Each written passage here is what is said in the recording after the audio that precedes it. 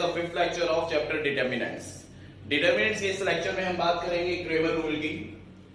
Cramer's rule उन students के लिए काफी इंपॉर्टेंट है जो बच्चे कंपटीशन की प्रिपरेशन कर रहे हैं और जो बच्चे आगे जेईई मेंस और एडवांस के एग्जाम देने वाले हैं, तो उनके लिए काफी इंपॉर्टेंट लेक्चर होने वाला है ये। क्योंकि जेईई एडवांस के पेपर को देखें तो लास्ट 10 ईयर में से 7 बार ये क्वेश्चन कंफर्म आ चुका है। कुछ प्रीवियस ईयर्स के आए हुए क्वेश्चंस को देखेंगे और आगे लेक्चर को स्टार्ट करते हैं और क्रेमर रूल के कुछ कॉन्सेप्ट और कुछ पॉइंट्स को बिल्कुल ध्यान से देखेंगे और उसको फॉलो करेंगे स्टेप्स को। तो स्टार्ट करते हैं। सबसे पहले क्रेमर रूल हमारा बेसिकली किसके ऊपर डिपेंड करता है? साइमल्टेनियस इक्वेशंस के ऊपर।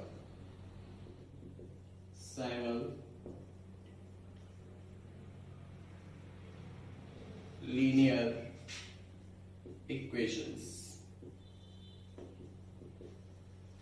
ठीक है। आप इस पॉइंट को समझेंगे जो हमारे पास साइमल्टेनियस लीनियर इक्वेशंस हैं। ये इक्वेशंस क्या होती है? सभी को पता होगा, लीनियर इक्वेशंस एक ऐसी इक्वेशन जिसकी डिग्री 1 होती है। साइमल्टेनियस मींस उसकी तरह ही मिलती जुलती इक्वेशंस का एक ग्रुप, ठीक है। तो ये हमारा पूरा क्या बनता है? Simultaneous linear equations. Previous class में, क्लास 10 में आई थिंक पढ़ चुके हो सब बच्चे, तो उसी को थोड़ा सा रिव्यू यहां पर करेंगे और उसके बाद आगे क्या इसकी कुछ नई चीजें पढ़ेंगे कि वहां पर अगर 2 वेरिएबल्स का हमने पढ़ा था, 3 वेरिएबल्स होने के बाद ये इसमें क्या क्या चेंजेस आएंगे उसके बारे में देखते हैं। तो सबसे पहले साइमल्टेनियस लीनियर इक्वेशंस को हम यहाँ पर 2 कैटेगरीज में डिवाइड करते हैं। फर्स्ट है हमारे पास कंसिस्टेंट। हमें जो जो पढ़ना है वो देखना है। यहाँ पर हमें क्या पढ़ना है? कंसिस्टेंट के बारे में और फिर इनकंसिस्टेंट के बारे में। सबसे पहले देखते हैं कंसिस्टेंट। कंसिस्टेंट एक बेसिक मीन क्या होता है? ऐसी वैल्यूज को जिसको हम फाइंड कर ले, ऐसे कॉन्सेप्ट जहां पर कम से कम कोई एक वैल्यू आनी चाहिए, वो क्या होते हैं? कंसिस्टेंस। क्लियर? कंसिस्टेंटली कोई भी एक वैल्यू, कोई भी एक ऐसी इक्वेशन जिसकी वैल्यू को हम फाइंड कर सकें, वो हमारा क्या होता है? कंसिस्टेंट। तो यहां पर हम इसकी प्लेस में लिख सकते हैं एटलीस्ट 1 वैल्यू। जहां पर कम से कम कोई एक वैल्यू आती है, कम से कम कोई एक वैल्यू आती, ज्यादा भी हो सकती है, वो हमारा किसके अंदर आता है? कंसिस्टेंट। इनकंसिस्टेंट का मतलब नो वैल्यू, जहां पर कोई भी एक वैल्यू ना निकले, वो हमारा क्या हो जाता है? कंसिस्टेंट। क्लियर? अब कंसिस्टेंट ये हमारे पास 2 केस बनेंगे। ये 2 केस क्या होंगे? एक है हमारे पास जहां पर हम कम से कम कोई एक वैल्यू निकाल दें, ठीक है, एटलीस्ट 1 सॉल्यूशन, एटलीस्ट 1 सॉल्यूशन। और दूसरा केस हमारे पास क्या बनेगा? Infinite many solution. चार्ट को बिल्कुल ध्यान से देखेंगे, ठीक है। अब एक एक पॉइंट को समझते भी जा रहे हैं साथ में। एटलीस्ट 1 सॉल्यूशन का मतलब क्या है? एक ऐसी इक्वेशन जिसको हम सॉल्व करें तो कम से कम कोई एक वैल्यू निकाल पाए उसको, ठीक है। और इनफाइनाइट मैनी सॉल्यूशंस का मतलब जहां पर हम इक्वेशन को सॉल्व करें और एक से ज्यादा वैल्यू आ रही हो, एक से ज्यादा वैल्यू 2 नहीं आएंगे, 3 नहीं आएंगे, इनफाइनाइट मैनी सॉल्यूशंस निकलेंगे उसके। तो इस कंडीशन में इसको 2 पार्ट में हमने कंसिस्टेंट को डिवाइड किया, एटलीस्ट 1 सॉल्यूशन और इनफाइनाइट मैनी सॉल्यूशन। अब इसके बाद एटलीस्ट 1 सॉल्यूशन की कंडीशन क्या है? एटलीस्ट 1 सॉल्यूशन का मतलब क्या होता है? जहां पर कोई एक वैल्यू निकले, और जो कोई एक वैल्यू निकलती है इसको हम क्या बोलते हैं? Unique solution. Unique solution. अब यूनिक सॉल्यूशन का मतलब क्या है? जहां पर कोई एक वैल्यू निकाल सके।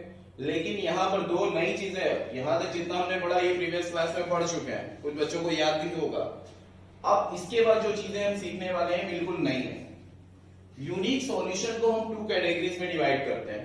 एक होता है हमारा ट्रिवियल सॉल्यूशन, ट्रिवियल सॉल्यूशन, और दूसरा पार्ट हमारा होगा non trivial solution, non trivial solution. इतनी बात क्लियर है? ट्रिवियल सॉल्यूशन का मतलब क्या है? ट्रिवियल सॉल्यूशन का मतलब ये है जहां पर हमारे सारे वेरिएबल्स की वैल्यू क्या आती है? 0 आती है, वो हमारा क्या होता है? Trivial solution. बात क्लियर हुई? जहां पर हमारे सारे वेरिएबल की वैल्यू 0 आ जाए वो हमारा क्या होता है, ट्रिवियल सॉल्यूशन। और जहां पर एटलीस्ट वन वैल्यू 0 ना हो, क्लियर, जहां पर कोई भी एक वैल्यू 0 ना हो, मतलब कोई भी एक नंबर निकल आएगा, तो वो हमारा क्या हो जाता है, नॉन ट्रिवियल।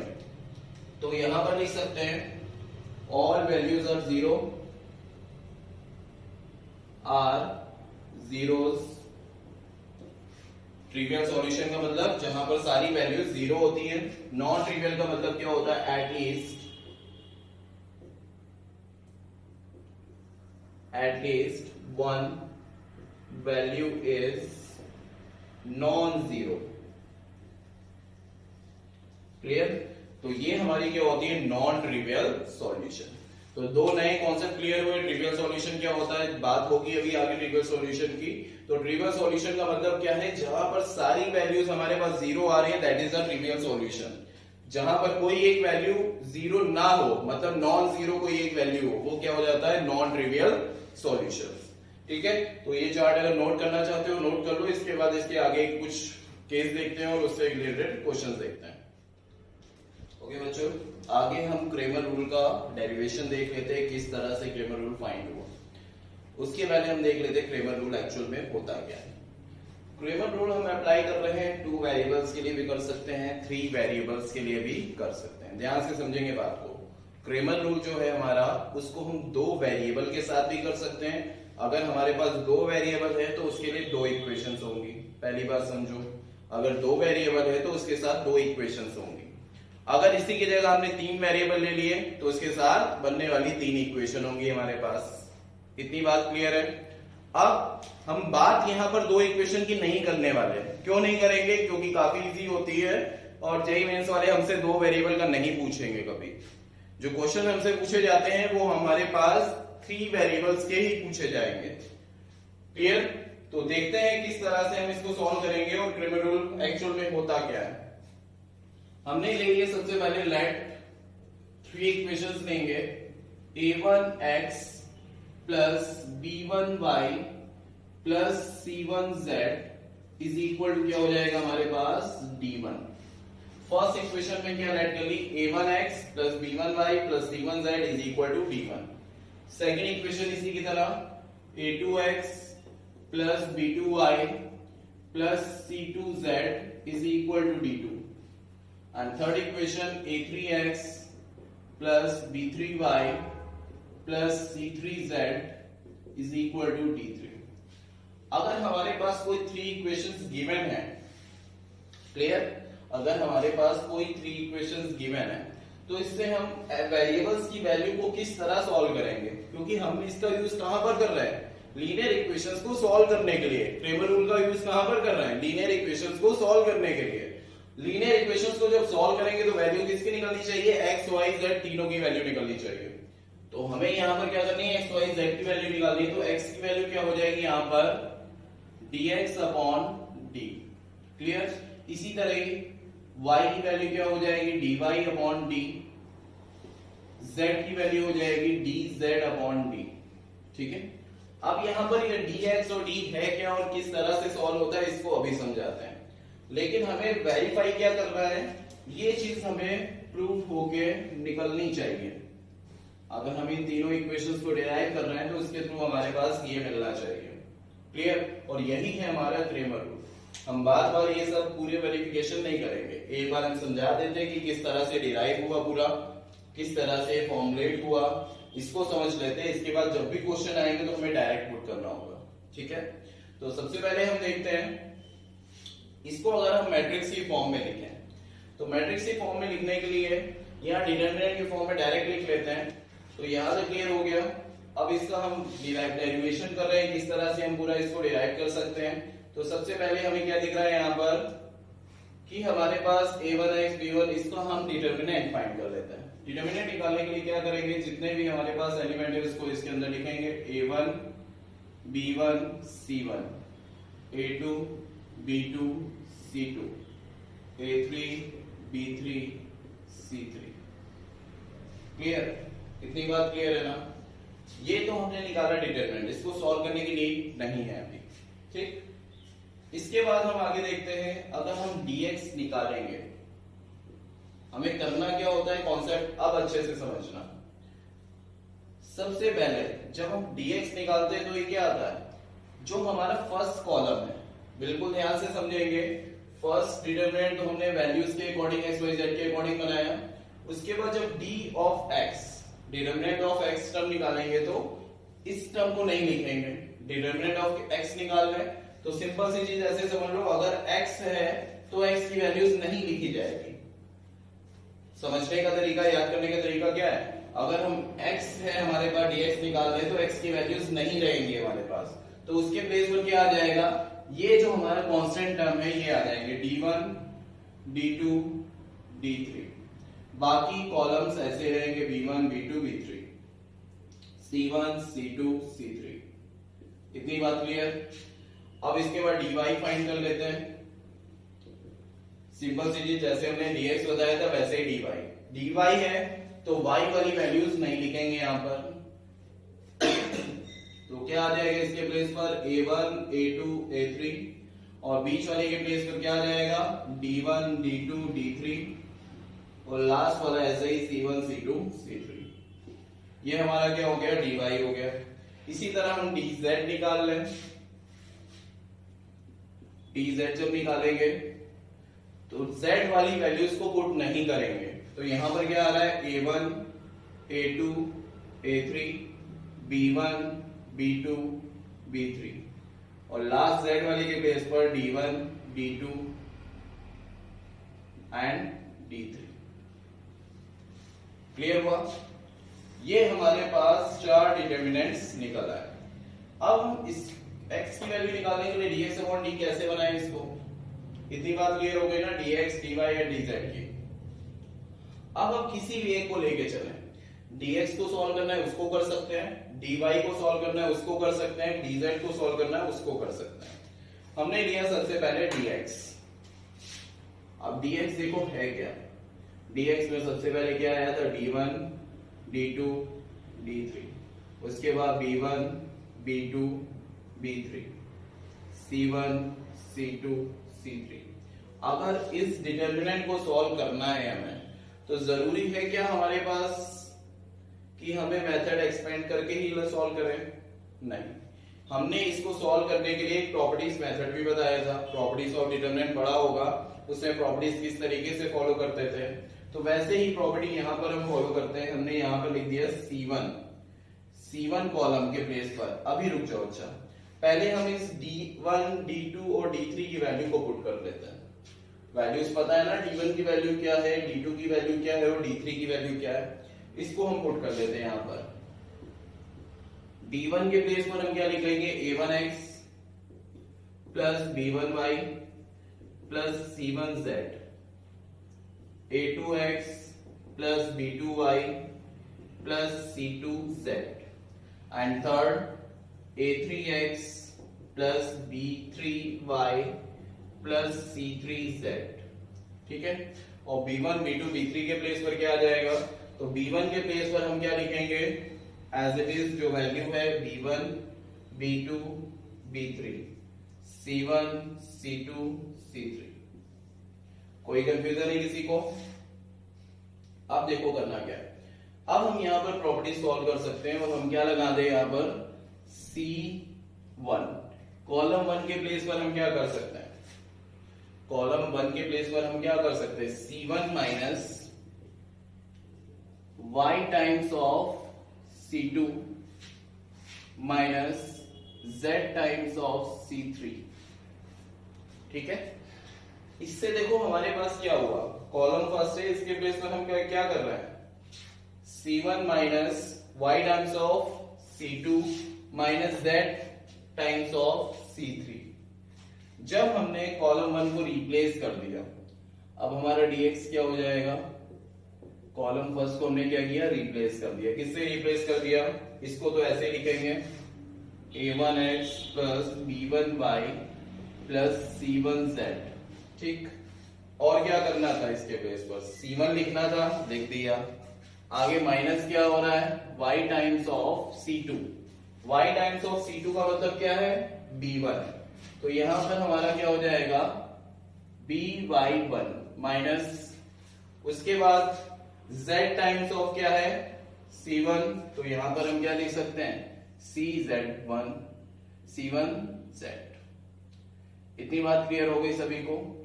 और नेक्स्ट कॉलम क्या है हमारे पास b1, उसके बाद क्या है c1। कोई प्रॉब्लम है किसी को? बिल्कुल ध्यान से समझो। c1 के रिप्लेस किसे किया, c1 लिख दिया हमने ऐसे ही, minus y times of c2, तो c2 के प्लेस पर क्या आ रहा था b1, तो y टाइम्स ऑफ c2, तो by1 हो गया। उसके बाद z टाइम्स ऑफ c3 है, तो इसके प्लेस पर क्या लिख सकते हैं c1z लिख दिया।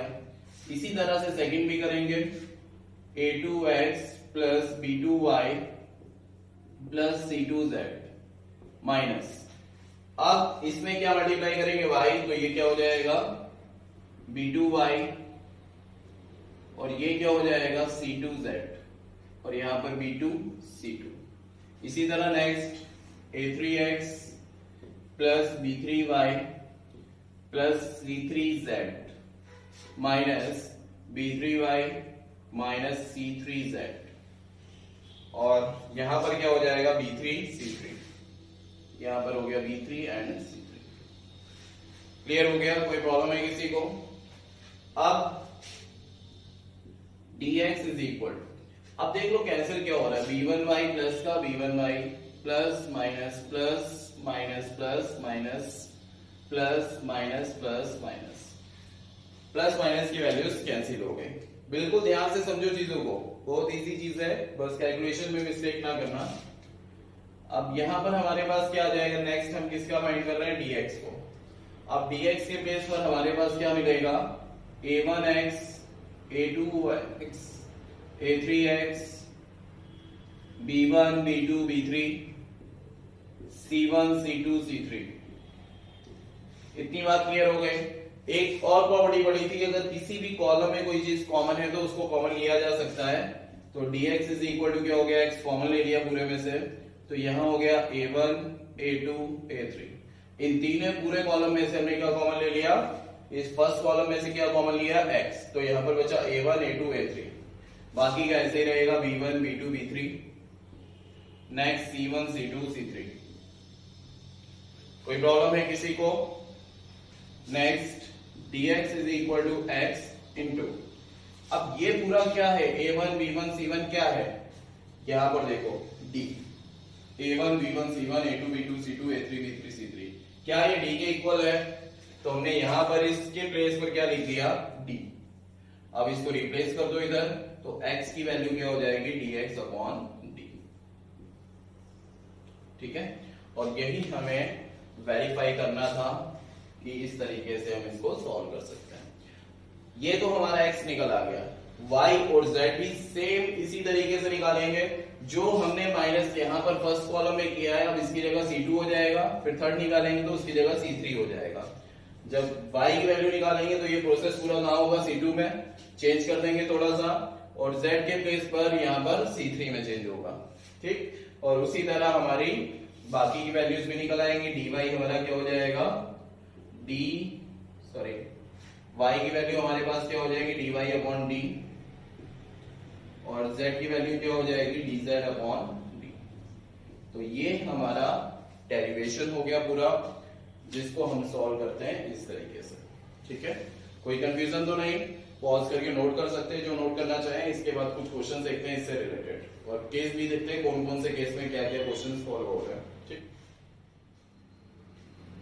ओके बच्चों, फर्स्ट केस देखते हैं। फर्स्ट केस है हमारे पास, if d is not equal to 0, अगर जो हम डिटरमिनेंट सॉल्व कर रहे हैं उसकी वैल्यू 0 ना हो, और dx dy dz तीनों वैल्यूज हमारे पास 0 हो, देन जो सॉल्यूशन उसका निकलता है वो कैसा होता है, यूनिक होता है और ट्रिवियल सॉल्यूशन होता है। क्लियर? फर्स्ट केस हमारे पास क्या है, जब डिटरमिनेंट 0 आए और dx dy dz सॉल्व करने पर क्या है 0 आए, तो उस कंडीशन में जो सिचुएशन हमारी होती है वो कैसी होती है, unique and trivial solution. Clear? तो देखते हैं कैसे सॉल्व करेंगे। अगर हमें इसका डिटरमिनेंट्स निकालना हो तो किस तरीके से निकाल सकते हैं, सभी को पता होगा। डिटरमिनेंट निकालने के लिए 1 1 1 1 2 3 3 1 माइनस वाई। अब इसको किसी मेथड से कर सकते हैं, प्रॉपर्टीज लगानी है वो लगा दो, अदरवाइज एक्सपेंड करना है डायरेक्ट तो एक्सपेंड भी कर सकते हैं। एक्सपेंड कर लेते हैं, ज्यादा इजी रहेगा और जल्दी हो जाएगा, क्यों टाइम वेस्ट करें। कॉलम और रोज को कैंसिल किया तो इन दोनों को मल्टीप्लाई किया, -10 -3 -1। इस कॉलम और इस रो को कैंसिल किया, मल्टीप्लाई किया तो -5 -9। उसके बाद आ रहा है हमारे पास +1। इस कॉलम और इस रो को कैंसिल किया तो क्रॉस मल्टीप्लाई किया 1 -6। सिंप्लीफाई करेंगे 1 -13 -1 -14 1 -5। सिंप्लीफाई करने के बाद क्या आ रहा है, -13 +14 -5। सॉल्व किया तो कितना आ रहा है, 1 -5 इज इक्वल टू -4। क्लियर। तो 4 which is not equal to 0, तो हमारे पास जो डिटर्मिनेंट निकल रहा है वो 0 के इक्वल नहीं है। एक बात तो हमारी हो गई, ठीक है। उसके बाद अब dx y z तीनों की वैल्यू निकालते हैं। यहां पर dx बोला गया है, ठीक है। तो dx निकालने का तरीका तो बताइए ना क्या होता है। सिंपल, dx जब हम निकालेंगे तो फर्स्ट वाले कॉलम में क्या आ जाता है, राइट वाली वैल्यू 0 0 0, और उसके बाद क्या आ रहा है हमारे पास 1 1, उसके बाद 2 3, उसके बाद 1 -5। इतनी बात क्लियर हो गई। अब हमें पता है ना किसी भी डिटर्मिनेंट में निकालते टाइम जब उसको एक्सपेंड करते कोई भी एक कॉलम या कोई भी एक रो 0 हो तो पूरा का पूरा 0 हो जाता है, ठीक है। तो एक बात और क्लियर हो गई हमारी कि dx भी 0 आ रहा है, ठीक है। इसी तरह हम dy निकाल लें तो dy में भी सेम प्रोसेस होगा। यहाँ पर 1 1 3, यहाँ पर 0 0 0 हो जाएगा, उसके बाद 1 3 -i। तो ये चीज समझ में आ रही है ना सभी को। जैसे हमने प्रूविंग करते टाइम सबसे पहले यहाँ क्या किया था, जो राइट साइड की वैल्यू थी एक बार यहाँ पुट की फर्स्ट कॉलम में, फिर सेकंड कॉलम में, फिर थर्ड कॉलम में। यहाँ पर हमने फर्स्ट कॉलम में पुट की, अब सेकंड कॉलम में पुट कर रहे हैं। तो देख रहे हैं यहाँ पर भी कोई भी एक कॉलम 0 आ रहा है तो पूरे की वैल्यू 0 हो जाएगी, सॉल्व करने की नीड नहीं, सॉल्व करेंगे तब भी 0 आएगा। उसके बाद नेक्स्ट dz के लिए 1 1 3। नेक्स्ट सेकंड कॉलम था हमारे पास 1 2 1, नेक्स्ट हो जाएगा 0 0 0। कोई भी एक कॉलम 0 आ रहा है तो पूरे की डिटरमिनेंट की वैल्यू क्या आ गई, 0। तो ये भी बात ठीक, dy भी 0 dz भी 0, तीनों इक्वल टू क्या आ रहे हैं, 0। समझ में आई बात। तो जो सिचुएशन थी वो फॉलो हो रही है, तो इसका नेचर कैसा होगा, find the nature of system of linear equation. तो सो द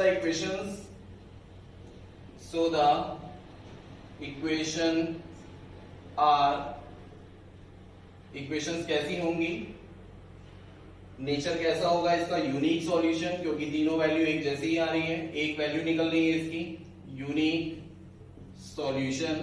और नेक्स्ट दूसरा क्या हो जाएगा हमारे पास, ट्रिवियल सॉल्यूशन। क्लियर। ये दो पॉइंट्स हमारे पास होंगे, कौन से, यूनिक सॉल्यूशन इसका निकलेगा और ट्रिवियल सॉल्यूशन। ट्रिवियल सॉल्यूशन मतलब क्या होता है, जिसके सारे पार्ट 0 निकले, that is a trivial solution. तो सभी बच्चों को ये क्लियर हुआ कैसे करेंगे। आगे नेक्स्ट केस देखते हैं हमारे पास क्या होगा। ओके बच्चों, सेकंड केस देखते हैं। If d is not equal to 0, determinant जो निकालेंगे वो 0 नहीं आना चाहिए यहाँ पर भी। तो एक चीज समझ लो, जहां पर यूनिक के केस होते हैं वहां पर 0 नहीं आता है, ठीक है। तो ये दो प्रॉपर्टी होती है, केस 1 एंड केस 2। ये जो यूनिक का होता है यहाँ पर डिटरमिनेंट 0 के इक्वल नहीं आना चाहिए। तो d is not equal to 0, at least one of dx dy dz is non-zero, ठीक है। dx निकालेंगे, dy निकालेंगे, dz निकालेंगे, तीनों में से कोई एक नॉन जीरो होना चाहिए। सेकंड केस हमारे पास क्या था, d is not equal to 0, पहली चीज निकाल ली। उसके बाद dx dy dz तीनों में से कोई एक 0 ना हो। तीनों होंगे तो चल जाएगा, कोई दिक्कत नहीं है, दो हो रहे चल जाएगा, कोई दिक्कत नहीं है, लेकिन तीनों 0 नहीं होने चाहिए। कम से कम एक ऐसी वैल्यू आनी चाहिए जो 0 ना हो। तो ऐसा होगा, देखेंगे आगे। अगर ऐसा है तो x y z में भी यही चीज होगी, at least one of x y z is non zero. अगर dx dy dz तीनों में से कोई एक नॉन जीरो है तो x y z के साथ भी ऐसा ही होगा, और x या y या z तीनों में से x भी हो सकता है और y भी हो सकता है और z भी हो सकता है, तीनों में से कोई एक वैल्यू ऐसी होगी जो नॉन जीरो होगी। आगे देखते हैं क्वेश्चन में, जब ऐसा होगा, अगर ऐसा हुआ कि जब dx dy dz is non zero और x y z is non zero कोई एक, तो उस कंडीशन में जो हमारा सॉल्यूशन होगा वो कैसा होगा, यूनिक सॉल्यूशन होगा, पहली चीज। दूसरा नॉन ट्रिवियल सॉल्यूशन होगा। अब नॉन ट्रिवियल क्यों होगा, क्योंकि इसके सारे एलिमेंट जीरो नहीं आएंगे। क्लियर? ट्रिवियल में हमने बताया था कि सारी वैल्यू जीरो आनी चाहिए। अब यहां पर क्या है, नॉन जीरो है तो जीरो नहीं आएगी, इसलिए नॉन ट्रिवियल हो गया। क्लियर हुआ कॉन्सेप्ट? अब क्वेश्चन को सॉल्व करके यही चीज को समझ लेते हैं। तो क्वेश्चन है हमारे पास x plus y plus z is equal to 6, x minus y plus z is equal to 2, 2x plus y minus z is equal to 1। तो सबसे पहले हम सॉल्व करते हैं, डिटर्मिनेंट इसका क्या हो जाएगा, तो d is equal to, सबसे पहले लिख देंगे 1 1 1, 1 minus 1 1, 2 1 minus 1। सिंप्लीफाई करेंगे, एक्सपेंड कर सकते हैं डायरेक्ट, तो कॉलम रो कैंसिल हो गया, 1 minus 1 minus 1, column row cancel हो गया, minus 1 minus 2, उसके बाद नेक्स्ट 1, कॉलम रो कैंसिल हो गए, अब 1 से मल्टीप्लाई किया 1 प्लस 2, ठीक है। सिंप्लीफाई किया 1 minus 1 तो ये पूरा जीरो हो गया। अब minus 2 minus 1 minus 3 into minus 1 plus का 3 आ जाएगा, 3 प्लस इंटू 1 3। ओवरऑल हमारा डिटरमिनेंट कितना निकल के आ रहा है, d is equal to 6 and which is not equal to 0। तो हम देख सकते हैं कि जो हमने अभी डिटरमिनेंट निकाला वो 0 के इक्वल नहीं है। पहली चीज जो बोली गई थी ये फॉलो हो गई, ठीक। अब आगे dx dy dz निकालते हैं। तो dx निकालने के लिए हमें क्या करना होगा, तो अभी हमने बताया जो लास्ट की वैल्यूज होती है, जो हमारा कांस्टेंट टर्म होता है 6 2 1, सबसे पहले यहां पर आ जाएगा, उसके बाद सेकंड थर्ड ऐसे ही रहेगा, 1 minus 1 1, थर्ड कॉलम 1 1 minus 1, ठीक है। स्टेप्स को मिस ना करना, बिल्कुल ध्यान से करेंगे। अब स्पेंड किया इसको 6, column row cancel, 1 minus 1 plus नहीं माइनस 1 होगा, कॉलम और रो कैंसिल हो गया, मल्टीप्लाई किया minus 1, इसको मल्टीप्लाई किया -2 -1, उसके बाद +1, कॉलम और रो कैंसिल, 2 से मल्टीप्लाई किया 2 + 1, तो यहां पर हो रहा है 6 0 -1 -3 +1 3, 0 + 3 इज इक्वल टू क्या आ गया हमारे पास 6। तो dx की वैल्यू हम क्या देख रहे हैं, क्या निकल के आ रही है 6। इसी तरह dy और dz की वैल्यू भी निकालेंगे। dy की वैल्यू निकालने के लिए तो सबसे पहले फर्स्ट कॉलम हमारे पास क्या था, 1 1 2, सेकंड कॉलम की जगह क्या आ जाएगा, d की वैल्यू क्या थी 6 2 1, 6 2 1, थर्ड कॉलम हमारा ऐसे रहेगा 1 1 -1, एक्सपेंड करेंगे इसको 1, इन दोनों को मल्टीप्लाई किया -2 -1, -6 क्रॉस कैंसिल हो गया, -1 -2 +1 1 -4, इतनी बात क्लियर हो गई। अब 1 -3 -6 -3 1 -3 -3 +18 -2। अब इसको सॉल्व किया तो कितना निकल के आया हमारे पास 12। तो इतनी बात समझ में आ गई। तो dx की वैल्यू क्या निकल के आ रही थी 6 और dy की वैल्यू क्या निकल के आ रही है 12।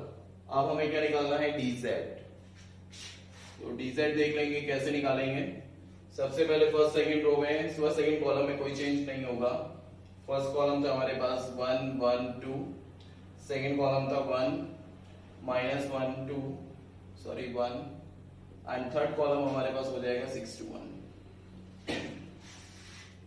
सिंप्लीफाई किया, इसको भी एक्सपेंड कर दिया, -1 -2 -1, column cancel 1 -4 +6, column row cancel 1 +2, simplify करेंगे 1 -3 -1 -3 6 3, यहां पर आ गया -3 +3 +18 कैंसिल हो गया, बचा क्या हमारे पास 18। dz की वैल्यू क्या निकल के आ रही है 18। तो यहां तक क्लियर हुआ, हमने dx भी निकाल दिया, dy भी निकाल दिया और dz भी निकाल दिया। कैलकुलेशन काफी ज्यादा है, इसलिए बिल्कुल ध्यान से करेंगे, मिस्टेक ना हो जाए, क्योंकि 6 मार्क्स का क्वेश्चन आता है, खराब हो जाएगा, पूरा गलत हो जाएगा। इतनी बात हो गई। अब इसके बाद हम निकाल रहे हैं एक्स वाई जेड की वैल्यू। एक्स की वैल्यू निकालने के लिए हमें क्या करना पड़ेगा, dx अपॉन डी। तो dx की वैल्यू क्या है हमारे पास, dx की वैल्यू 6 और d की वैल्यू हमारे पास क्या है, डिटरमिनेंट अभी हमने निकाला था 6, कैंसिल हो गया है, कितनी वैल्यू आ रही है x की 1। y की वैल्यू निकाल लेंगे dy अपॉन डी।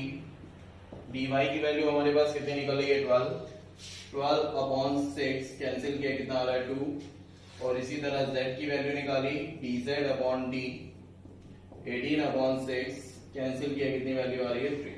तो x y z तीनों की वैल्यू निकल आई 1 2 3।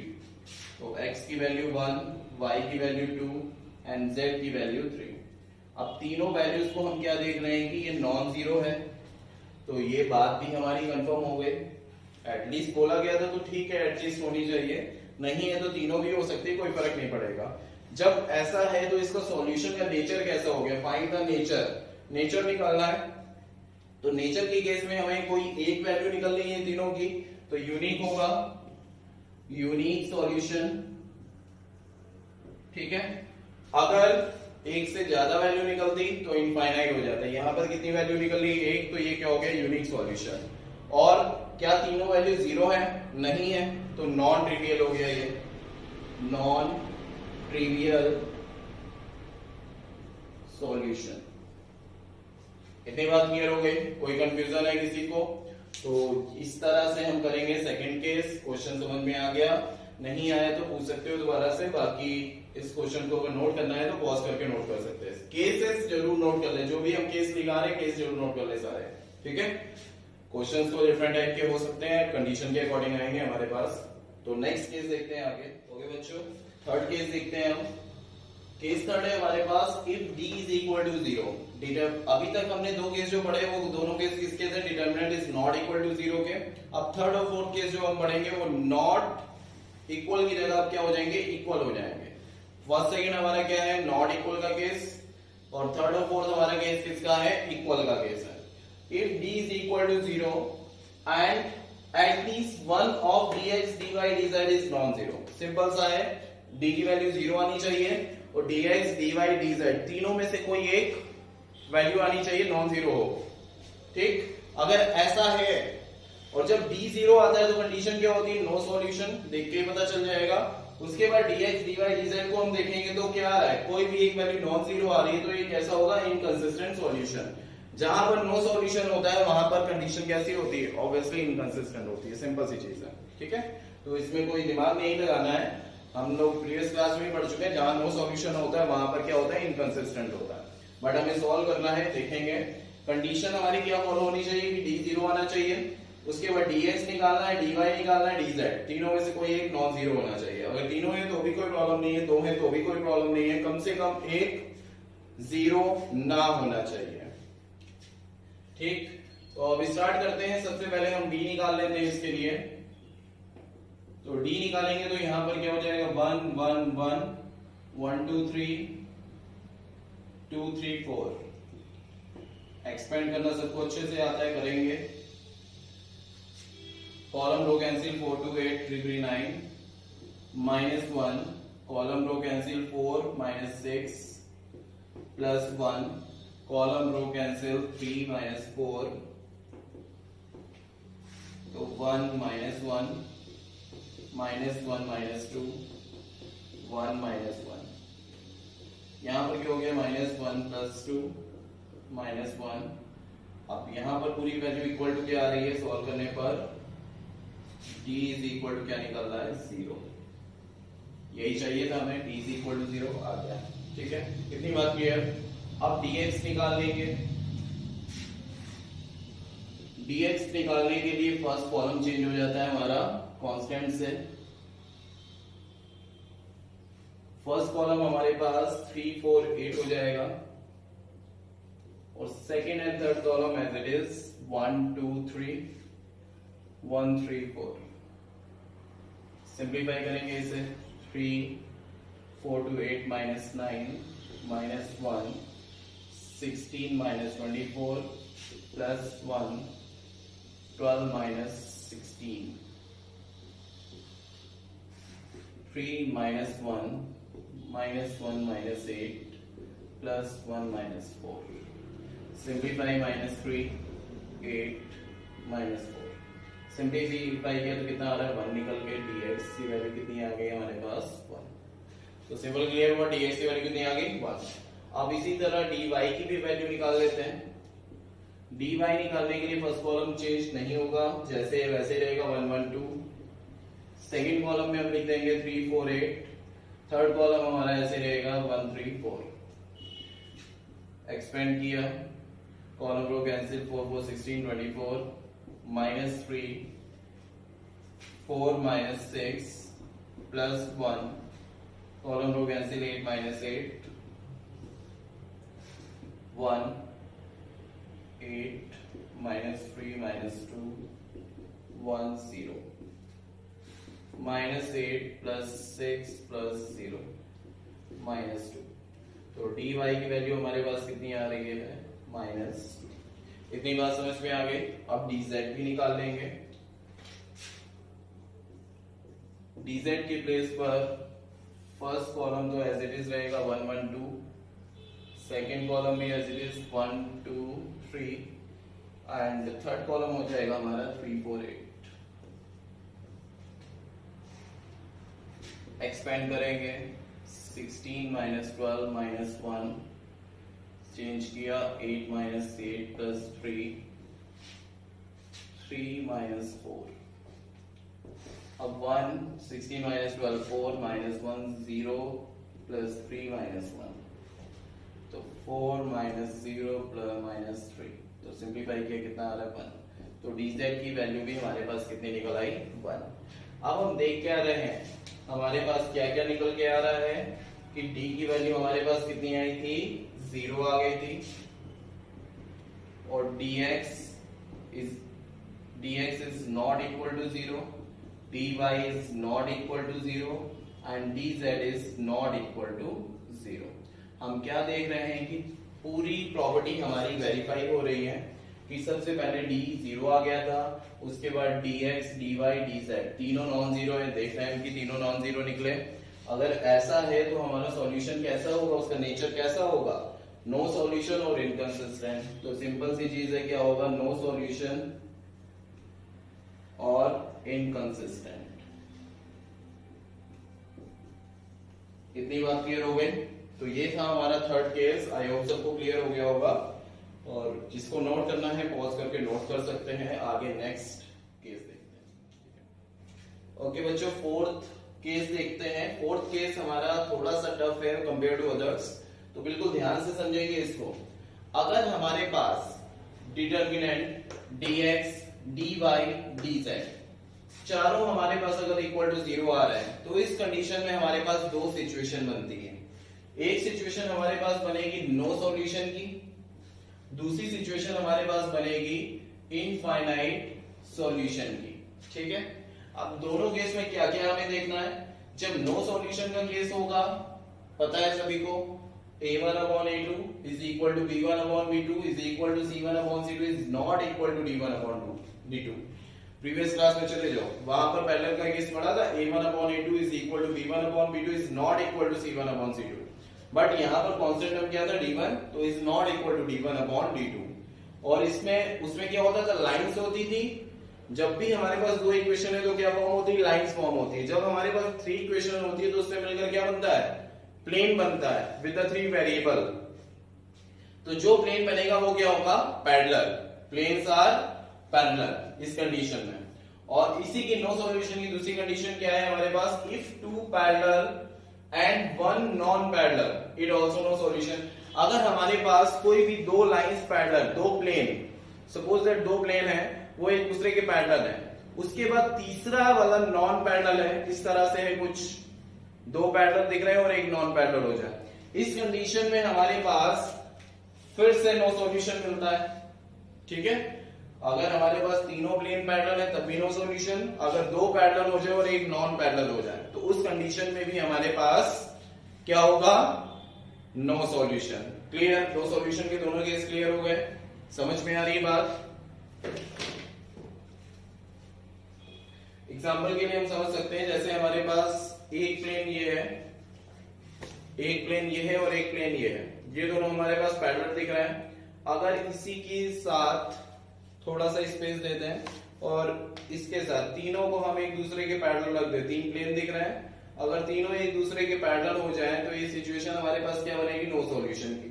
अगर हम दो को पैरेलल बना दें और एक को इस तरह से इसमें फिक्स कर दें, ज्वाइंट होता हुआ अंदर से होता हुआ जाएगा, इस तरह से फिक्स कर दें, तो ये कंडीशन हमारी क्या हो जाएगी, नो सॉल्यूशन की। दो पैरेलल है बट एक नॉन पैरेलल है, तो ये भी हमारी कंडीशन किसकी है, नो सॉल्यूशन की कंडीशन रहेगी। आप देखते हैं इनफाइनाइट सॉल्यूशन की कंडीशन, सभी को पता है इनफाइनाइट का केस कैसा होता है, कॉन्सिडेंट प्लेन बनते हैं। वहां पर कॉन्सिडेंट लाइंस बनती थी, यहाँ पर क्या होता है, कॉन्सिडेंट प्लेन बनेंगे। और सिचुएशन क्या होती थी, a1/a2 is equal to b1/b2 is equal to c1/c2। यहाँ पर d भी आ गया क्योंकि 3 वेरिएबल की बात हो रही है, तो यहाँ पर हो जाएगा a1/a2 is equal to b1/b2 is equal to c1/c2 is equal to d1/d2। जब ऐसी सिचुएशन है तो हमारे पास प्लेन कैसे होंगे, कॉन्सिडेंट प्लेन बनेंगे, कॉन्सिडेंट प्लेन्स बनेंगे। ठीक, एक सिचुएशन तो ये हो गई। दूसरी सिचुएशन हमारे पास क्या है, यहां पर भी क्या होगा, dx is equal to dy is equal to dz is equal to 0 होगा। ये कब होगा, जब line of intersection is same. जब कॉन्सिडेंट लाइंस बनती है तो उनका लाइंस ऑफ इंटरसेक्शन सेम होता है, जिस पॉइंट पर तीनों लाइन कट होंगी उनका पॉइंट ऑफ इंटरसेक्शन सेम होगा। तो यहाँ पर कंडीशन क्या है, dx dy dz तीनों आपस में क्या आना चाहिए, 0 आने चाहिए। यहाँ पर d से मतलब नहीं है हमें। उसके बाद also if all planes are consonant the number of solution will be infinite। अगर हमारे पास तीनों प्लेन कॉन्सिडेंट है, मतलब एक ही लाइन के ऊपर एक ही प्लेन के ऊपर आ रहे जीरो प्लेन, तब भी हमारे पास सिचुएशन क्या बनती है, इनफाइनाइट सॉल्यूशंस की। तो क्लियर हुआ सभी को क्या प्रॉब्लम है यहाँ पर और क्या डिस्कस किया गया उसको। ठीक है, तो आगे इससे रिलेटेड क्वेश्चन देखते हैं और उसको समझने की कोशिश करते हैं। Let lambda and alpha be real. Lambda and alpha दो रियल वैल्यूज हैं। Find the value of lambda for which, हमें किसकी वैल्यू निकालनी है, लैम्डा की वैल्यू निकालनी है। फॉर विच इक्वेशन हमारे पास क्या, लैम्डा है sin alpha y cos alpha z plus x plus cos alpha y plus sin alpha z minus x plus sin alpha y minus cos alpha z has non trivial solution. अब इसका solution कैसा बोला गया, non trivial solution बोला गया। तो solve करते हैं। सबसे पहले d is equal to, d निकाल लेते हैं। तो d के प्लेस पर हमारे पास क्या हो जाएगा, यहां पर क्या, lambda sin alpha cos alpha 1 cos alpha sin alpha, यहां पर -1 और यहां पर क्या हो जाएगा sin अल्फा और यहां पर माइनस cos अल्फा। ठीक है, इतना अभी छोड़ देंगे। ठीक है, ये आ गई हमारी d की वैल्यू। सॉल्व बाद में करेंगे, देखते हैं। अब हमारे पास जो सिचुएशन बन रही है, हमसे क्या बोला गया था कि ऐसी कंडीशन बननी है जहां पर हम dx dy dz को भी सॉल्व करें। तो dx जब निकालेंगे तो यहां पर क्या हो जाएगा, राइट साइड में 0 0 है, तो 0 0 0 sin alpha cos alpha sin alpha cos alpha sin alpha minus cos alpha. इतनी बात क्लियर है। अब कोई भी कॉलम जब 0 हो जाता है या कोई भी रो 0 हो जाता है, पूरा डिटरमिनेंट क्या निकल के आता है, 0। ये चीज क्लियर। इसी तरह हम dy भी निकाल लें। अब यहां पर हो जाएगा लैम्डा 1 -1, ये पूरा हो जाएगा 0। यहां हो जाएगा cos alpha sin alpha minus cos alpha. तो यहां पर भी देख रहे हैं कॉलम पूरा 0, तो वैल्यू कितनी आ गई, 0। इसके बाद हम dz निकाल लें। तो dz का मतलब क्या हो जाएगा, यहां पर फर्स्ट में हमारे पास है लैम्डा 1 -1, सेकेंड है हमारे पास sin alpha cos alpha sin alpha, third column हमारे पास 0 0 0 हो जाएगा। तो 0 कॉलम है तो ये वैल्यू भी हमारे पास 0 हो गई। इतनी बात समझ में आ रही है हमारे। अब हम देख रहे हैं कि dx dy dz तीनों वैल्यूज क्या निकल के आई, 0। क्या निकल के आई, 0। अब इसके बाद हम देख रहे हैं कि dx dy dz, ये तीनों कंडीशन में इक्वल में क्या आ रहा है? 0। अगर dx dy dz की वैल्यू आ रही है तो यहाँ पर x y और z तीनों की वैल्यू भी 0 होगी, ऑब्वियसली 0 होगी क्योंकि 0 से डिवाइड हो रहा है। ठीक है, तो dx अपॉन d होता है, तो dx की वैल्यू 0 अपॉन समथिंग कुछ भी आए तो 0 ही होगा हमारा। अब यहाँ पर दो कंडीशन बन रही है, जो हमारा डिनोमिनेटर होगा वो 0 भी हो सकता है और कोई नंबर भी हो सकता है। मतलब जब हम डिटरमिनेंट निकालेंगे वो हमारा 0 भी हो सकता है, कोई नंबर भी हो सकता है। तो यहाँ पर हम जो केस देख रहे हैं, यहाँ पर सारी वैल्यूज किसके इक्वल आ रही है? 0। और ऐसे केस को याद रखना क्या बोलते हैं? Homogeneous equation. ठीक है, और यहाँ पर एक चीज और हम देख रहे हैं कि यहाँ पर जो सॉल्यूशन बन रहा है वो कैसा सॉल्यूशन बन रहा है? ट्रिवियल सॉल्यूशन बन रहा है। ठीक है, ट्रिवियल सॉल्यूशन भी है हमारे पास। अब एक चीज को समझेंगे कि क्वेश्चन में हमसे बोला गया था नॉन ट्रिवियल सॉल्यूशन। अब देखो, याद करो कि नॉन ट्रिवियल सॉल्यूशन का केस कब आ रहा था? जब हमारे पास इक्वेशन एक इनफाइनाइट सॉल्यूशन बना रही थी। ठीक है, so equation has infinite solution. Infinite solution के केस में क्या हो जाता है? d is equal to dx is equal to dy is equal to dz is equal to 0। चारों हमारे किसके इक्वल हो जाते हैं? 0। अब तो d की वैल्यू को भी हम 0 कर सकते हैं, तो d की वैल्यू हमारे पास क्या थी? Lambda sign alpha cos alpha 1 cos alpha sine alpha, उसके बाद -1 sine alpha minus cos alpha. ठीक है, इतनी बात क्लियर होगी ना? अब इसको हमें जब सॉल्व करना है तो एक चीज को समझो, एक्सपेंड करके कर सकते हैं सिंपल, और हमें इक्वल में क्या पता है? 0 पता है। तो एक्सपेंड करते हैं इसको, ये रो ये कॉलम में इन दोनों को मल्टीप्लाई किया, minus cos square alpha minus sine square alpha, minus sine alpha को लेंगे, साइन अल्फा के थ्रू कोफैक्टर्स करेंगे, तो यहाँ पर हमारे बन रहा है minus cos alpha minus minus plus, तो cos alpha plus sine alpha मिल जाएगा यहाँ से। उसके बाद आगे देखेंगे, आगे हमारे पास नेक्स्ट सिचुएशन में कॉस अल्फा ब्रेक कर रहे हैं, तो यहाँ से ये बना sine alpha plus cos alpha. तो क्या लिया था हमने बाहर? कॉस अल्फा, तो ब्रैकेट के अंदर क्या आ जाएगा हमारे पास? ये कैंसिल, ये रो कैंसिल, साइन अल्फा से इधर मल्टीप्लाई किया sign alpha plus cos alpha. ठीक है, तो आगे देखते हैं, इक्वल टू हमारे पास क्या था? 0। अब यहाँ पर हम थोड़ा सा डायरेक्ट कर रहे हैं तो समझेंगे इस चीज को। यहाँ पर हमने माइनस कॉमन ले लिया, तो यहाँ क्या हो गया? Cos square alpha plus sign square alpha, तो वैल्यू क्या होती है? 1। तो यहाँ पर हो जाएगा -1 माइनस साइन अल्फा का अंदर मल्टीप्लाई किया तो sine alpha cos alpha, sine से साइन में मल्टीप्लाई किया तो minus sine square alpha, cos से इधर मल्टीप्लाई किया तो आ गया sine alpha cos alpha, cos से इधर मल्टीप्लाई कर दिया तो आ गया cos square alpha is equal to 0। इतनी बात समझ में आ रही है? अब इन दोनों को हमने मल्टीप्लाई किया तो क्या आ रहा है? Minus alpha sign alpha cos alpha, sign alpha cos alpha क्या आ रहा है हमारे पास? और माइनस को डायरेक्टली माइनस लैम्डा को इक्वल के उधर भेजेंगे तो ये हो जाएगा लैम्डा प्लस में equal sign alpha cos alpha, sign alpha cos alpha 2 sine alpha cos alpha plus cos square alpha minus sine square alpha. ठीक है, इतनी बात क्लियर हो गई। अब लैम्डा की वैल्यू हमारे पास किसके इक्वल आएगी? तो lambda is equal to 2 sine alpha cos alpha, किसका फॉर्मूला होता है? साइन 2 अल्फा का बनेगा, तो इसको हम लिख देंगे sine 2 alpha plus cos square alpha minus sine square alpha, formula किसका होगा? कॉस 2 अल्फा का। फॉर्मूले याद होने चाहिए। तो ये हमारी फाइनल लैम्डा की वैल्यू आ गई, और इसको आगे फर्दर सॉल्व करना चाहे तो कर सकते हैं, अदरवाइज ये वैल्यू हो जाएगी इसकी। तो क्लियर हुआ सभी को? कोई कंफ्यूजन तो नहीं है इस क्वेश्चन में? बिल्कुल फिर से देख लो। सबसे पहले हमने d फाइंड किया, फिर dx फाइंड किया, dy फाइंड किया, dz फाइंड किया, फिर हमने देखा कि dx dy dz तीनों क्या है? 0। जब ये 0 है तो x y z भी ऑब्वियसली 0 होगा। तो इस कंडीशन में जो वैल्यू बनी इसको क्या बोलते हैं? Homogeneous equation. और जब dx dy dz तीनों 0 वाले तो सिचुएशन और क्या होगी? Trivial solution. लेकिन हमसे क्वेश्चन में क्या बोला गया था? Non trivial solution. और नॉन ट्रिवियल सॉल्यूशन किस केस में आता है? जब इक्वेशन इनफाइनाइट सॉल्यूशन होता है इक्वेशंस का। तो उस इनफाइनाइट इक्वेशन सॉल्यूशन की क्या कंडीशन बनेगी, D is equal to D X is equal to D Y is equal to D Z is equal to 0।